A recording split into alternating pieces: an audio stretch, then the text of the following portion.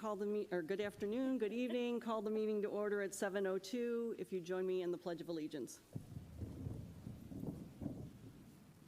I pledge allegiance to the flag of the United States of America and to the republic for which it stands, one nation, under God, indivisible, with liberty and justice for all.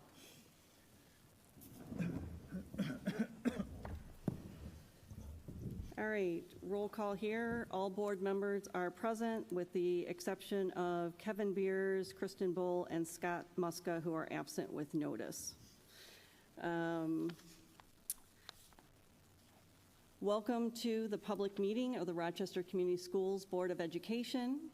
I'm Michelle Butel, and I'm filling in tonight, so I ask for a little patience and grace. This is a public business meeting of the board. However, we welcome public comment at various points on our agenda.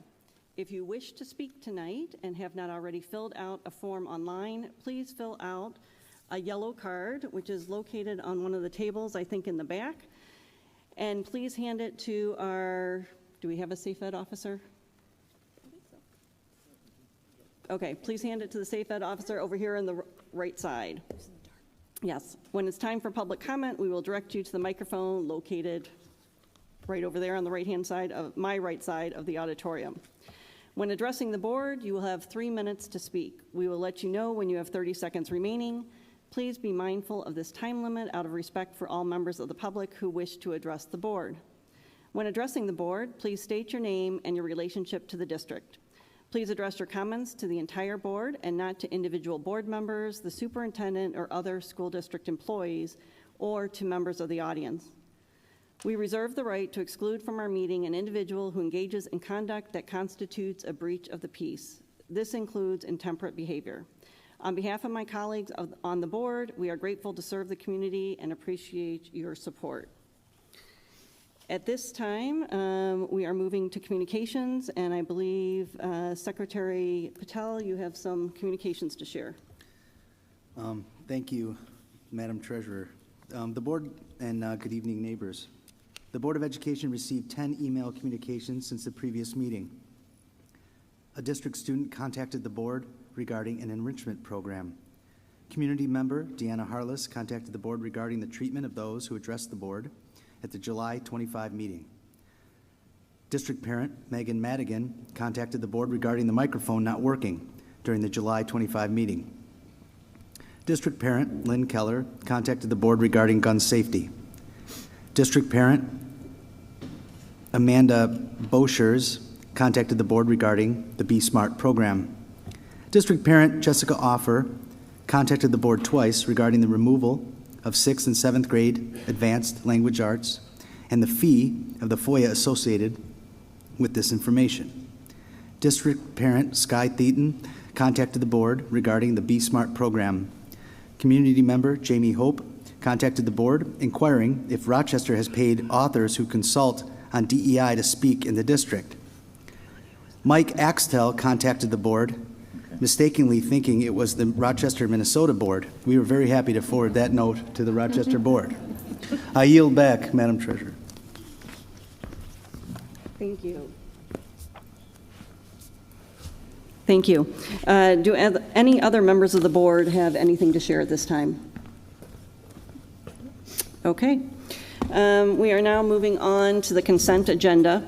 All matters listed under the consent agenda are considered to be routine in nature by the Board of Education and will be acted upon by one motion.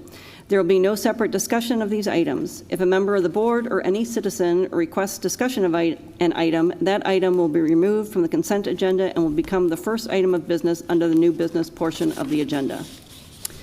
4.1, current bills payable for July 1st, 2022 through July 31st, 2022 in the amount of $10,799,234.64.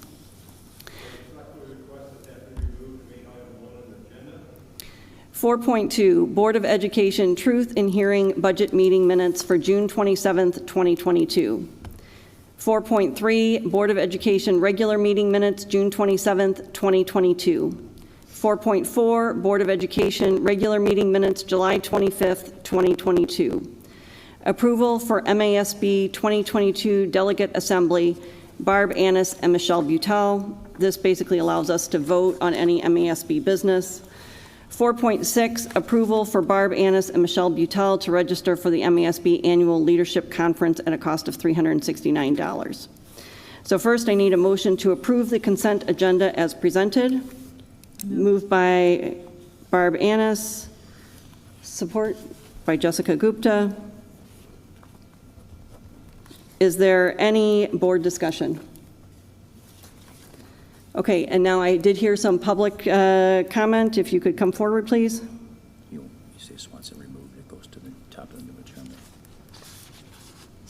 Good evening, John Markle. I have 2 children who graduated from Rochester Community Schools. I have lived here 20 years come November, and I respectfully request that you remove the consent agenda item for the $10.7 million. Thank you. Thank you. All right, we will remove 4.1, and that will become the first item of business under new business. So at this point, if there's no other discussion, we will vote on items 4.2 through 4.6. All those in favor, please say aye. Aye. Aye. Opposed?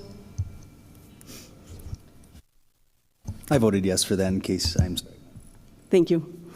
All right, so now our next, for our new business, we will have, it will become, I guess, 5.1 is the current bills payable from July 1st, 2022 through July 31st, 2022 in the amount of $10,799,234.64. Can I have a motion to approve that line item? So motion. Can I have a second for that, please? Jessica? Okay, any discussion from the board? And at this point, public comment on that, please?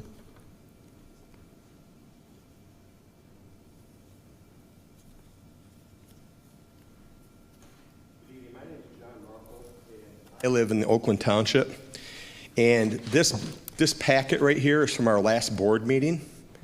That says $156,026.54. That's $156,026.54. And here are the 40 supporting pages that go along with it, explaining exactly what each check is for, not check is for, but who the check is to, the account number that comes out of, and so on. When I went through your package today, this is what I found. One page with a line item that says, yeah, $10.799 million. That is a 69X over what Little Oakland Township gives me in every board packet if I want to take a look at it. So I spent, quite literally, my whole lunch hour trying to find the bills for this $10.7 million on the Rochester Community Schools website. And to be frank, for a guy who wrote his master's degree basically off of the internet 20 years ago, because it was so new what I did for my master's degree, I find it laughable that you would sit here this evening and you would spend $10.7 million and not even know what's in there. Not me, you. I find it interesting that if the information is there to the board, that the citizens don't have it. I find it to be offensive, actually, especially when I have 4 business owners, 5, 6, 7, actually 7 business owners, a finance person, 2 MBAs, a lawyer, a statistician on your board. It's offensive that I have to spend an hour of my time to try and find out how you're going to spend $10.799 million. So accountability and transparency, this is what we're talking about. Thank you. Thank you. Is there any other discussion from the board? At this point, all of those in favor to approve the current bills payable as listed, please say aye. Aye. Opposed? That's a 4-0 vote. Thank you. Next, we have our Human Resource Report, and I think, Mr. Murphy, that's you. Sorry. Good evening, Dr. Shaner, Mrs. Butel, members of the board, members of the community. The Human Resources Report contained the following items for approval this evening: retirements and resignations, new hires, and a district-wide professional development advisory committee. The following REA members have submitted a resignation since the last Board of Education meeting: Katie Clark, Baldwin Elementary; Colleen Cromie, Stony Creek High School; Chelsea Goen, Dr. Schultz Educational Campus; Joe Harmson, Ruther Middle and Rochester High; Julia Hogan, North Hill Elementary; Sarah Holmes, Virtual Campus; Courtney Lucasian, Rochester High School; Cameron McConnell, International Academy; Colleen Mestaw, Brooklands Elementary; Jillian Moss, West Middle; Alexa Picaro, McGregor Elementary; Kara Petrovsky, McGregor Elementary; Catherine Rabideau, Virtual Campus; Michelle Reich, Longmeadow Elementary; Caitlin Rose, West Middle; Jessica Stickle, Hamlin Elementary; and Anna Tanzi, Dr. Schultz Educational Campus. Also the following REA retirement: Kirsten Griffin, 3rd grade, Hugger Elementary. Ms. Griffin submitted her letter of resignation effective August 31st and has been with the district since August of '99. Also asking for approval this evening for the following REA new hires: Kay Linda Bauer, CI teacher, Delta Kelly; Michelle Bourdon, English psych teacher, Adams High School; Jason Sobolski, science teacher, Virtual Campus; Shannon Donnellan, counselor, Stony Creek High School; Kira Duncan, EI teacher, Longmeadow Elementary School; Brittany Dunford, 4th grade teacher, Hamlin Elementary School; Madison Foldesy, 2nd grade, McGregor; Jason Gendro, business, Rochester High; Wendy Graves, math science, Van Hoosen; Kayla Estifu, social worker, Hart and Ruther; Pamela Kramer, 1st grade, McGregor Elementary; Maria Limons, social worker, Hampton Elementary and our non-public schools; Melissa Littlefield, speech pathologist at North Hill; Brian Marchand, ESL teacher, at Rochester High School; Melissa Martin, ASD teacher at Dr. Schultz Educational Campus; Claire McLaughlin, social studies, West Middle School; Paige Miernick, resource room, Longmeadow Elementary; Robert Melee, resource room, West Middle School; Alex Panson, psychologist, district-wide; Sean Pecklow, social studies teacher, Ruther Middle School; Abby Power, language arts teacher, Van Hoosen Middle School; Emily Quain, 2nd grade teacher, Delta Kelly Elementary; Rachel Robinson, 2nd grade teacher, Baldwin Elementary; Sandra Russo, Spanish teacher at the International Academy; Devin Schaefer, 4th grade, University Hills; Lila Shekelhoff, to be determined grade level, I'm sure she knows, but I don't, Musson Elementary; Catherine Seitz, ASD North Hill; Emma Smith, language arts and history at Rochester High and Ruther Middle;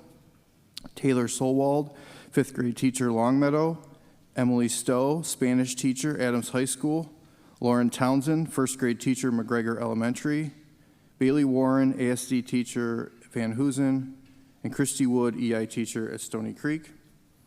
Also for approval this evening, the following administrator resignations: Christy Beakey, Director of Financial Services at the Administration Building, and Matthew Fairchild, Assistant Principal at Van Hoosen Middle School. And finally, this evening for your approval, asking for approval of a district-wide professional development advisory committee. This committee has been formed in accordance with an MDE rule that allows the district to use under certain guidelines, the district can use district-provided professional development for teachers as instructional time. One of the guidelines is that the board must approve the district-wide committee. This committee is made up of teachers from every level, including special education, administrators, non-teaching staff, and parents, and attached is the list of the recommended members for the 22-23 school year. That completes the HR report. Thank you. Thank you. At this time, I need a motion to approve the human resource report as presented. Moved by Jessica Gupta, second by Joe Patel. Board discussion questions. Barb. So, Dave, I had a question regarding the professional development, excuse me, advisory committee. The second page, you have on the right side, the majority is not filled in. Is that something that you're going to be working towards doing throughout the school year? And my second question is, was there a percentage required for parents versus administrators and staff to be a part of this committee? No. Is this on? Yeah. Just that the majority be of the teaching staff. So the reason they're not blanks on the second page, those are the parents and administrators currently on this committee. And that the majority have to be instructional staff. That's why that continues down the middle column through page 2. Okay. Thank you. Anyone else? I guess I would just ask a general question with all of the retirements, resignations, and new hires. Where does that put us as we start the new year next Monday? We have under 10 openings currently. We had a late resignation at elementary school, which we'll be working on filling tomorrow. There's already a recommendation for hire there that would fully staff every elementary building. We have all but, I think, 2 gen ed secondary positions staffed, and the remainder of the under 10 would be special education positions, including speech therapists and resource room teachers and an EI teacher. And do we have some resumes? We do. in the Those are works? also the shortage, more of a shortage area. So we're recruiting and trying to find more in those areas of a limited supply. But yes, there are a couple of recommendations that came my way today for speech therapists, so we'll be working on filling tomorrow. So we'll do our best to be fully staffed to start the school year. And that, Dave, that includes parapros, or what is the situation No, there? this is REA staff, parapros. Would you mind, yeah. I'd have to total up the number of parapro openings currently. We had a job fair on the 10th, great showing for it, which resulted in multiple hires. But again, there are more openings in the parapro lane than we are able to fill at this time. And we'll continue to recruit for those as well. Okay, thank you. Anything else? All right, all of those in favor to approve the human resource report? Oh, I'm sorry, thank you. Any public comment? Mr. Merkel?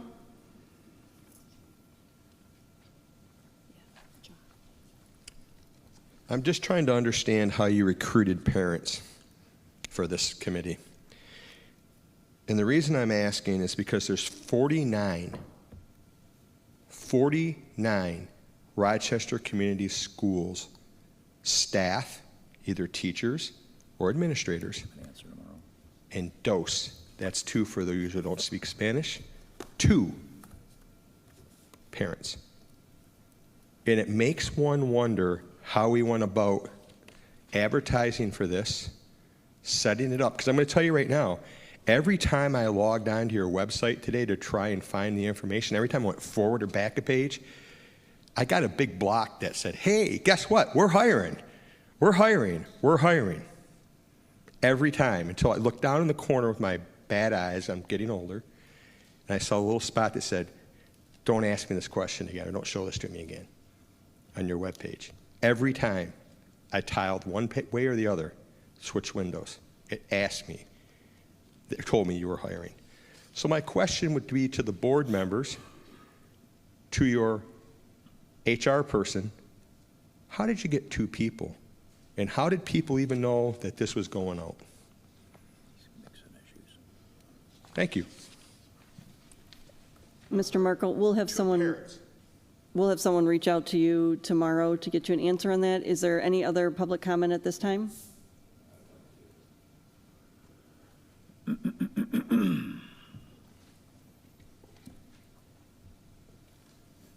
John Tenney, I got 3 kids in the district. Out of the 27 new hires, how many were therapists? And why do we need so many extra therapists? We're losing 16 teachers, we're hiring 27, and most of them are therapists? That just doesn't seem to correlate to me. And the other thing is this district-wide committee, is that to help teachers figure out how to teach? What's the purpose of that committee? Those are my 2 questions. And do you guys have an answer? If you fill out a yellow card with your information, someone will give you a call tomorrow to give you the answers to those. Go figure. Okay? Any other public comment at this point? Okay, from the board, anything? All right, the motion to approve the human resource report as presented. All those in favor say aye. Aye. Opposed? 4-0. All right, at this point, we are moving on to public comment. We had citizens who requested placement on the agenda. Douglas Nickel.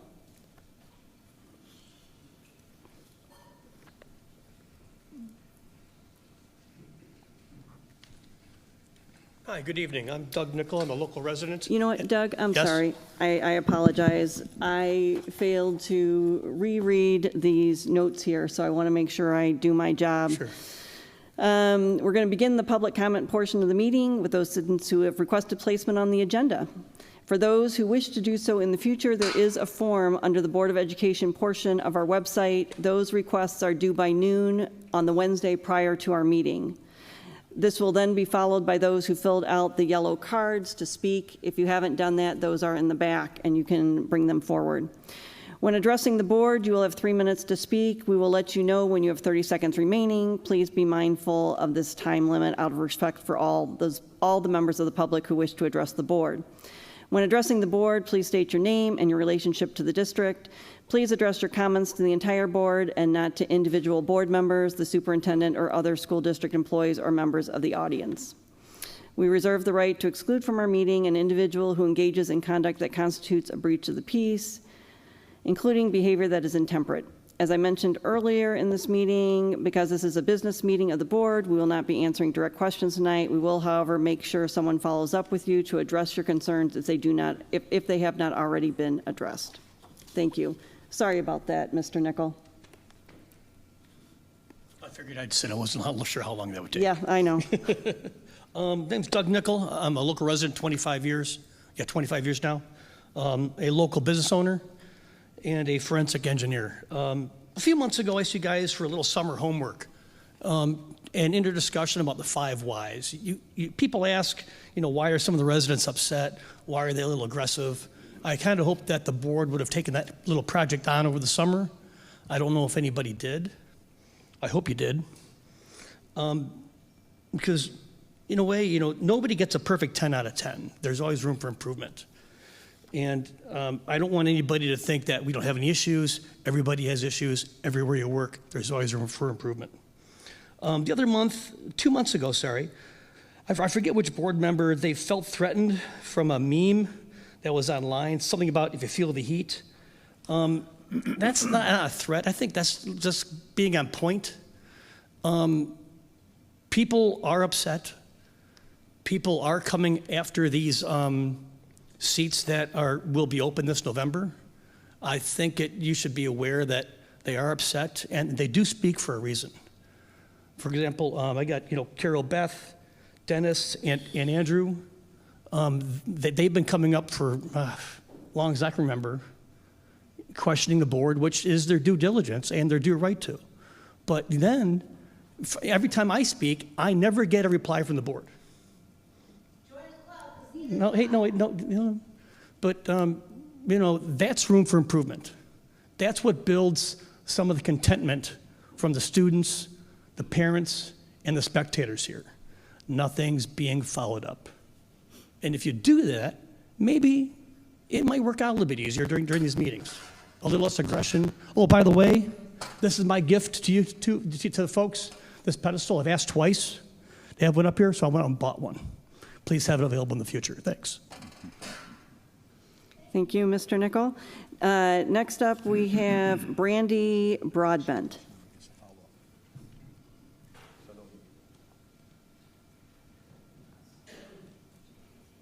And after that is Monica DuPont. Hi, I'm Brandy Broadbent, mother of Elise Broadbent, 4th grader at University Hills, and Michaela Broadbent, 8th grader at West. I'm speaking as a concerned member of the community regarding the gun violence problem in our area.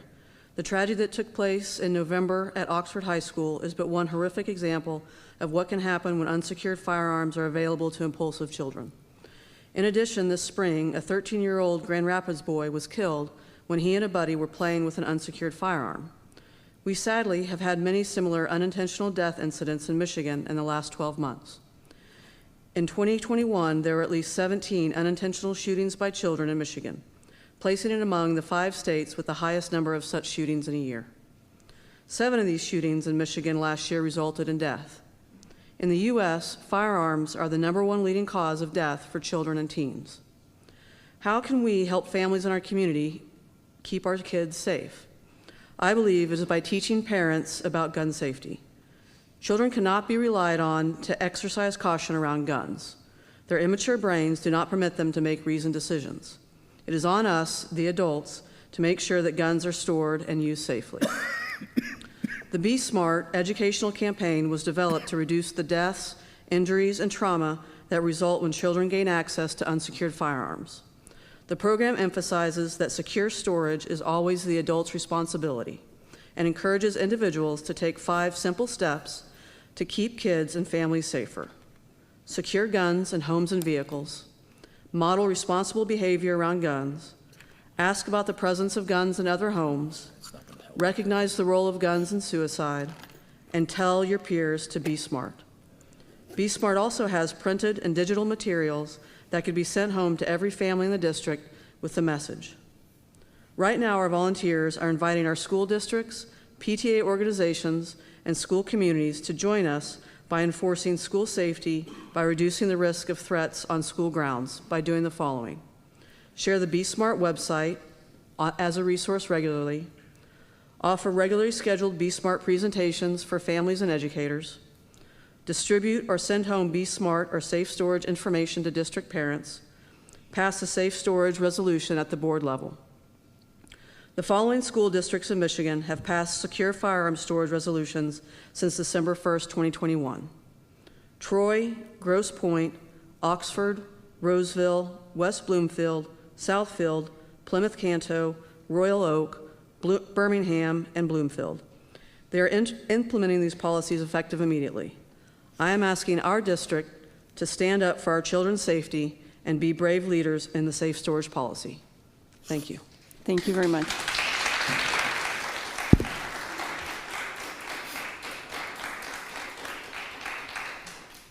Monica DuPont.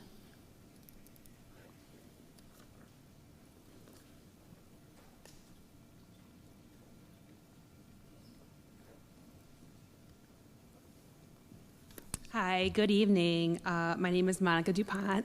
I am a parent in the district, and I want to thank the board for their time and services, volunteers to the community, and thank you for your attention to what brings me here tonight. So this is my first time here. I have a child starting kindergarten in a week, and as a parent of a couple small children, I have been really concerned about the effects of gun violence on children and the safety of our community as a whole.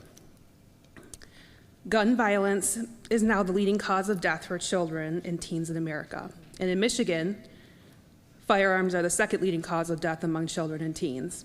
I do not want to see it become #1 in our state.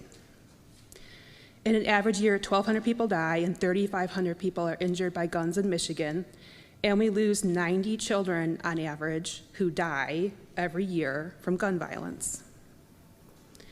At least 30% of Michigan households have at least one gun, so it's not uncommon for people to have guns in their household here in our community.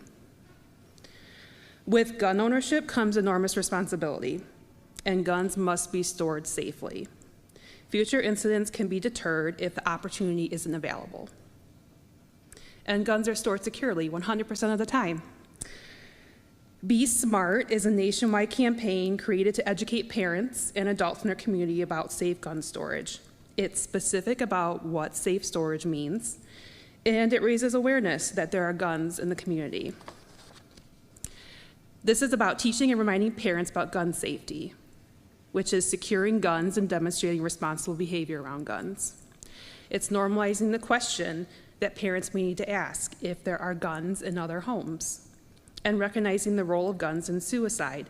Sadly, over 80% of child firearm suicides involve a gun belonging to a family member. And it's telling others and continuing to have a dialogue about guns. Many of our neighboring districts, including Troy and Oxford, have already issued safe storage resolutions, sending home secure storage information and requiring parents to acknowledge the receipt of that information at the start of the school year. And I've also heard that Lake Orion is in the process and may be distributing information soon. So I don't want to leave a gaping hole in our greater community where RCS students are not protected. With guns as the 30 number seconds. one cause of death now for children, doing nothing is not an option. That's why I urge the board to consider a similar resolution for RCS. I would really love for our district to send home materials to every family in the district and ensure that that message is received. And this is about child safety, our community, and the public interest. Thanks.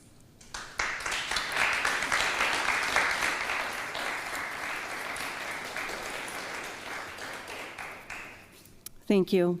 Now we have several people who would like to make comments. Dana Cadman, if you could come forward, and then after that, Karen Reynolds.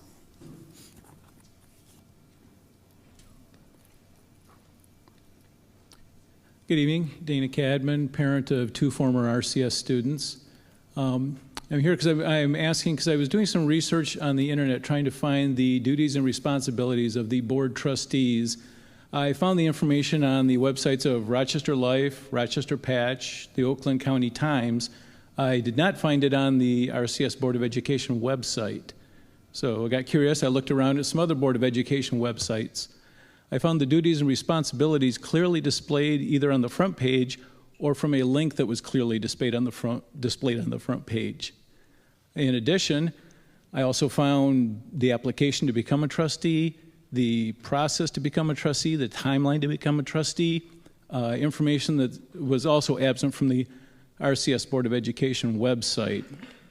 So I was wondering if when we meet next time, could you get an estimate from either the IT department or communications department when they could put that information on the website? And I'm not asking that it be completed by the next meeting, but can we get an estimate? When could this information be made available? I'm a former web developer. That update should take about 60 to 75 minutes. So I was just wondering if we could get that information uploaded to the website. The other question I have is, where in the world is Scott Muska? Thank you.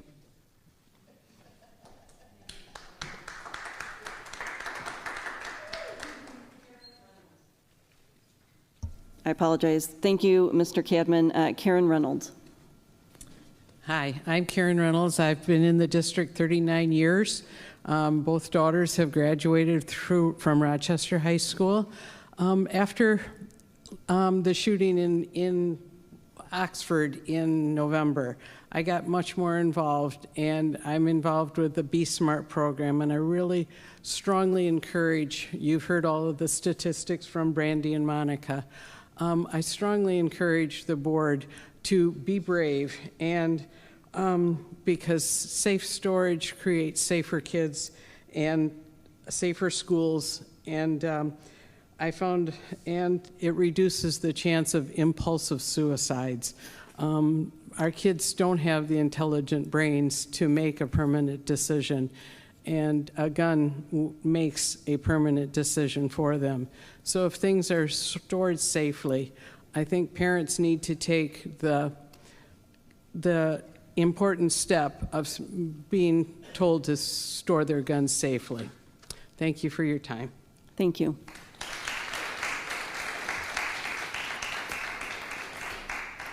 I have a yellow card here, Brandy, for you. Was this from before? Yes. Thank you. I have Stephanie Van Dale, and she'll be followed by Andrew Weaver.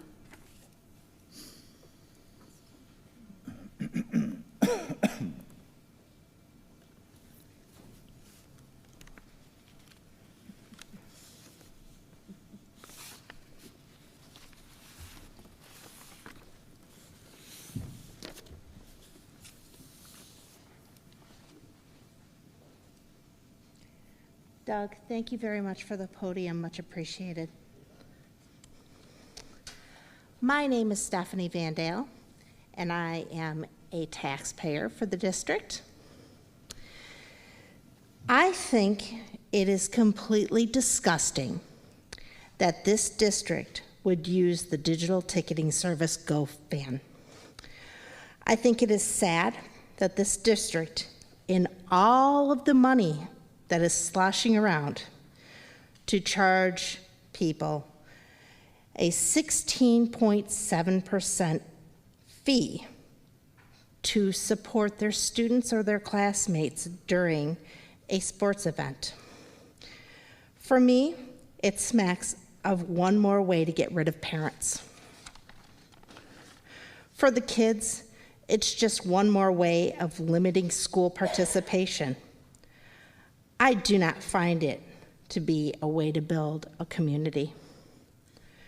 For some parents struggling in this current recession economy, no matter how much Joe Biden says that it's not a recession, it is a recession. And watching every single penny, $5 plus any kind of service fee, is a lot of money. You have every single economic situation in this district. This new system is not equitable. It is the furthest thing from equitable. And where in the world is Scott Muska? Thank you.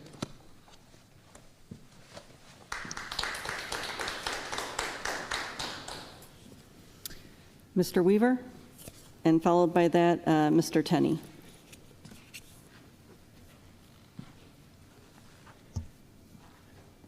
So I'm Andrew Weaver. I have two sons at Brooklands. So the conversation around gun violence is one that needs to be had. Asking the school to push one group's, one nonprofit's message is probably not the right way to have that conversation. It probably needs to be an open, honest dialogue. But if we want to talk about what really keeps our kids at risk, it's the lack of accountability within our district. Number of teachers have reached out to me to say they are not able to hold students accountable for behavior issues primarily, and that this generally comes from the office of the DEI department is pushing that down. And so unacceptable behavior, which our teachers are more than qualified to manage their classrooms, are undermined, which leads to, again, out of control behavior going unchecked. This leads to elementary students being stabbed with a pencil and nothing happened. So again, we have to deal with the issues that are within the school district. Political issues, societal issues need to be handled through the proper channels, which is through elections, through legislation. It is not the school's role. But when students are being stabbed with pencils and there's no accountability for that, that's a problem. When students are threatened in the high school cooking class with a knife and that student is not removed because they cannot be held accountable, when kids are going to the principal saying that they're scared, is not accountability. We have to reestablish common sense. We have to reestablish standards, expectations, and holding people to those expectations. Most of the employees of Rochester show up and want to do a good job. But when teachers say they are not able to hold students accountable, not able to manage their classroom, and we say a political ideology is going to be the way to teach them to do it, that makes no sense. That is condescending to our professional teachers, the ones that have taught and done a good job and made this district what it is. So we continue to see the decline in standards. We see the decline in enrollment. We see good educators leaving the district. And yet we have no 30 accountability, seconds. do we? When does something change? This November, something can change.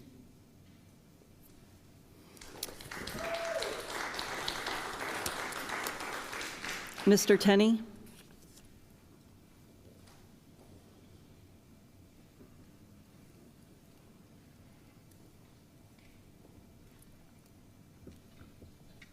Yeah, as far as gun safety and the Be Safe program, I'm totally against that. I don't think the government needs to be involved in the messing with the Michigan Constitution. Especially school districts should not be messing with the Michigan Constitution, which clearly lays out what guns are permitted and not permitted for parents to have. As far as I'm concerned, my uncles brought their rifles to school, just over in Farmington Hills. It was not that long ago. Guns is not the problem. It's the way that the curriculum is laid out that goes against the Constitution federally, Michigan Constitution. You guys stand up and pledge your allegiance, but yet you do not even uphold a pledge because you're pledging your allegiance to under God and to a republic. But you guys do not teach, nor do you uphold any standard of a republic, nor do you guys teach or uphold that there is a God or one that we need to stand accountable for at the end of life. So as long as you teach kids that they came from the goo to zoo to you, then they're not going to have any value for life. So life is not going to have any meaning. Guns is just a way to eliminate the chaos. It's not the gun's fault. Be Safe program is not the answer. It's proper education that would be the answer.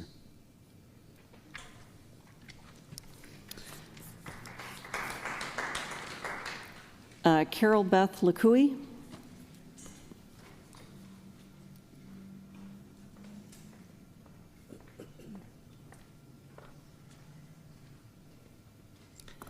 I'm Carol Beth LeCouey. I have 2 kids in the district. Yeah, I'm really sad because we need to stop the decline. There's been a decline in enrollment, a decline in academics, and a decline in teachers. I was surprised to see that we've lost 400 students in our district since the 2019 school year. That's about $3.5 million.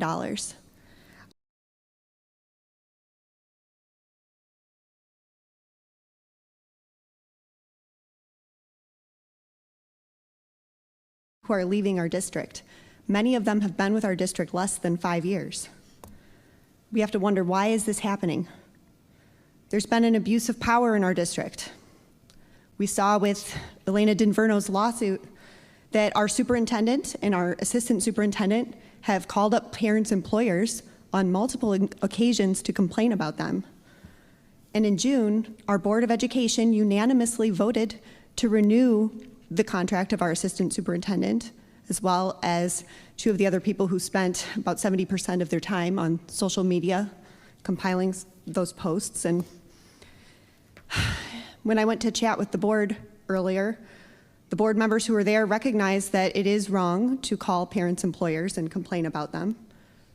But they admitted they still renewed those contracts, and as a result, nothing has happened. There's been no apology, no acknowledgement, no firing, nothing. So what do we do about this? We really need Board of Education members who are willing to speak openly, who are willing to hold the district accountable when necessary, who are willing to ask questions and listen to the community in a meaningful way, and ask those questions. Why are teachers and families leaving the district? I've heard from a lot of parents and teachers too, and I agree with Andrew. We need clear policies because that helps protect everyone. We need transparency. We need to use common sense. We need to use curriculum that's independently peer-reviewed. We've also heard problems from other parents and teachers I have about the Lucy Calkins literacy program that's being used. The balanced literacy it's got lots of 30 flaws seconds. with it. So I've been hearing from people, I've been hearing from our community, and I want to advocate for you. And if you're a parent or teacher in our district, please reach out. I want to listen, and I want to brainstorm ideas on how I can better advocate for you and help fix what's broken, because I love our district, and I want to restore it and make it the best it can be. It's a great place to live, and I love Rochester.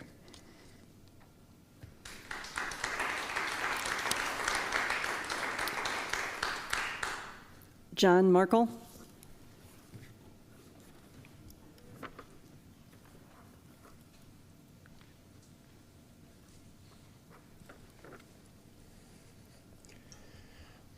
Good evening.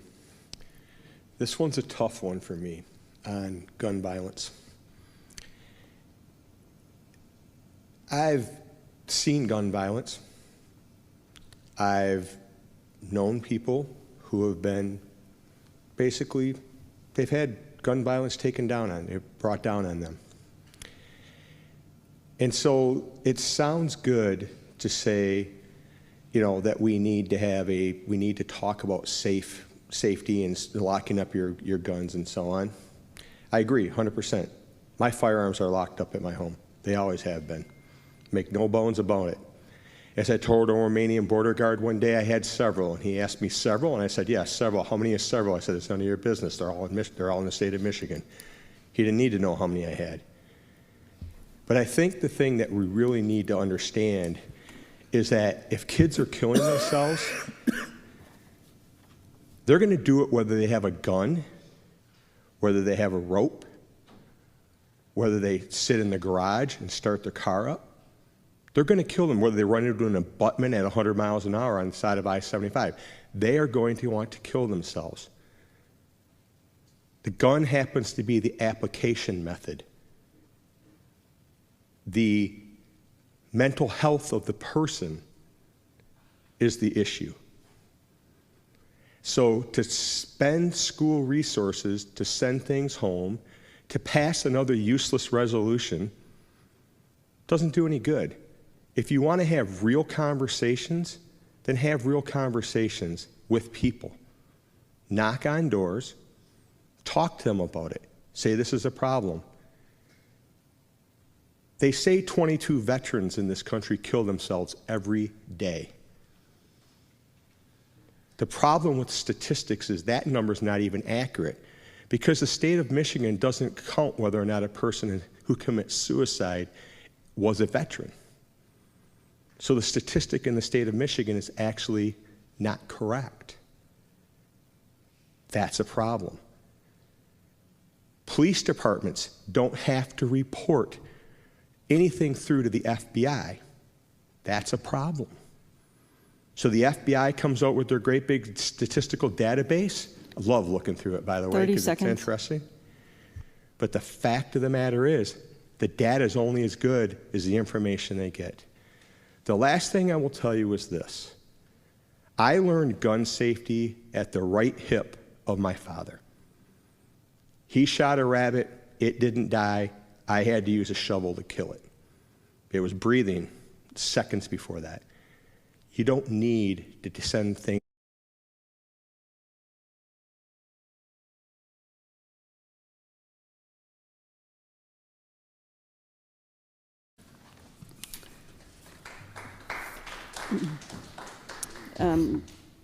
That ends our public comment. At this point, we're moving on to any additional comments from the members of the administration. Thank you, Madam Treasurer. Just real quickly, first and foremost, I want to send out our deep gratitude to all the custodial crews and the construction crews that have been working diligently across the district and all of the different projects. The district looks great and we're ready to take kids back. Had a great conversation with the custodian at the administration building this morning. He was talking about how great the terrazzo floors at Hart Middle School looked, and it really encouraged me to go see his work over there, and we really appreciate all of them. Bus drivers have been working hard doing their runs and getting trained up, and we appreciate their hard work as well. We had our bus driver, Kevin, give our new teachers a bus tour that I was able to narrate. We had a great time with that, and really appreciate his hard work and all of our support staff across the district. And we really look forward to having our staff back on Wednesday and having our opening day. And I want to make sure we show gratitude to everyone that's worked so hard in bringing Dr. Clinton in, and to be able to have a panel with our teachers and really celebrate the art and profession of teaching. Thank you. Thank you, Michelle, and thank you, board members and Dr. Shaner. It's been a very exciting time of year for our teachers and our administrators, our support staff, as we prepare to welcome students back to school on Monday, August 29th. On Wednesday of this week, as Dr. Shaner mentioned, our colleagues will join together for a day of professional development and learning, where the theme will be igniting passion, growth, and a love of learning. During the training sessions, we will discuss how our meaningful relationships do indeed impact our students, enable the deepest learning possible. Our staff will also be reviewing safety and security practices and processes in depth to provide for the health and well-being of our school community. The Rochester Community Schools Foundation premier fundraiser, the Hometown Hustle, is scheduled to take place on Saturday, September 17th. Individuals of all ages are invited to support this treasured community tradition. In addition to the 5K loop this year, the RCS Foundation has added a 1-mile superhero color run. Both courses will begin at the site of our generous sponsor, Chief Financial Credit Union in Rochester. Community members can visit the district website to find out more about how to register. Finally, our student volunteers have been working really hard this summer, developing their leadership skills and creating new opportunities to welcome our 6th and 8th graders to their new school buildings. Through our district peer mentoring program, our students at our middle and high school levels are building relationships with new students to help ensure a successful transition. This past week, the student mentors made personal phone calls, created welcome signs, provided tours at the school, and shared helpful tips that can support a student's academic, physical, and social emotional wellness. At this time, I'd like to share a short video clip that highlights our students' peer mentors across the district this past week.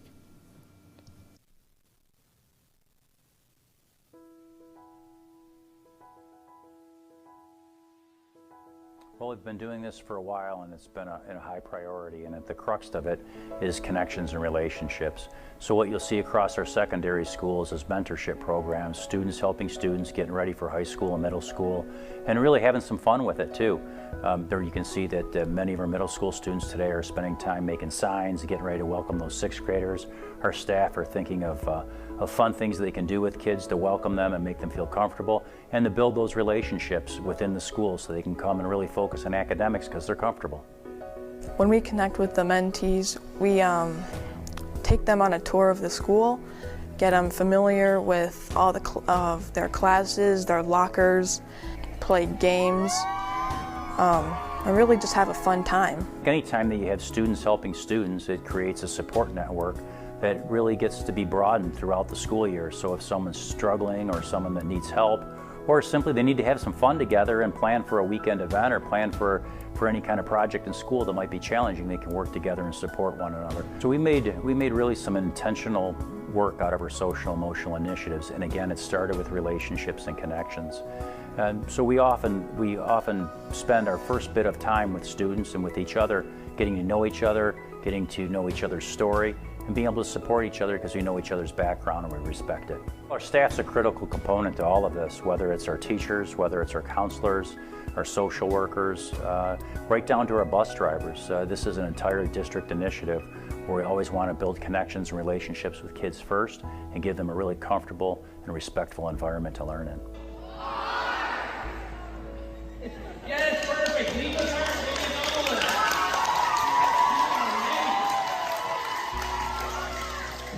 We hope that we have strong enough relationships that when a student is in need, we can connect them with the right adult, we can also have students support them and encourage them to seek out that adult contact.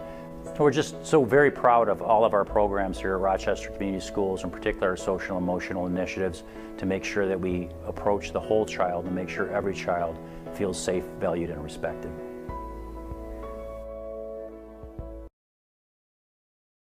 And everyone gets into the swing of things next Monday. And leading into that, I have several announcements. Next Monday, August 29th, is the first day of school. It's a half day for all students.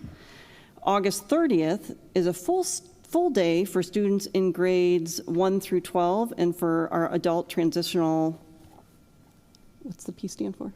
Program? Yeah, that's Schultz. Adult transitional program. But the TK and kindergarten will only report, they'll have I think it's a half day, isn't it? They'll have a half day for names starting A through M. That's on Tuesday. On Wednesday, August 31st, it'll be a full day again for grades 1 through 12 and the adult transitional program. But TK and kindergarten will have a half day, and only those with last names starting with N through Z will attend. September 1st will be the first full day of school for everyone throughout the district. September 2nd and 5th, there will be no school for Labor Day recess. September 6th, classes resume. September 12th is the next Board of Education regular meeting at 7 p.m. here. And then on September 17th is the hometown.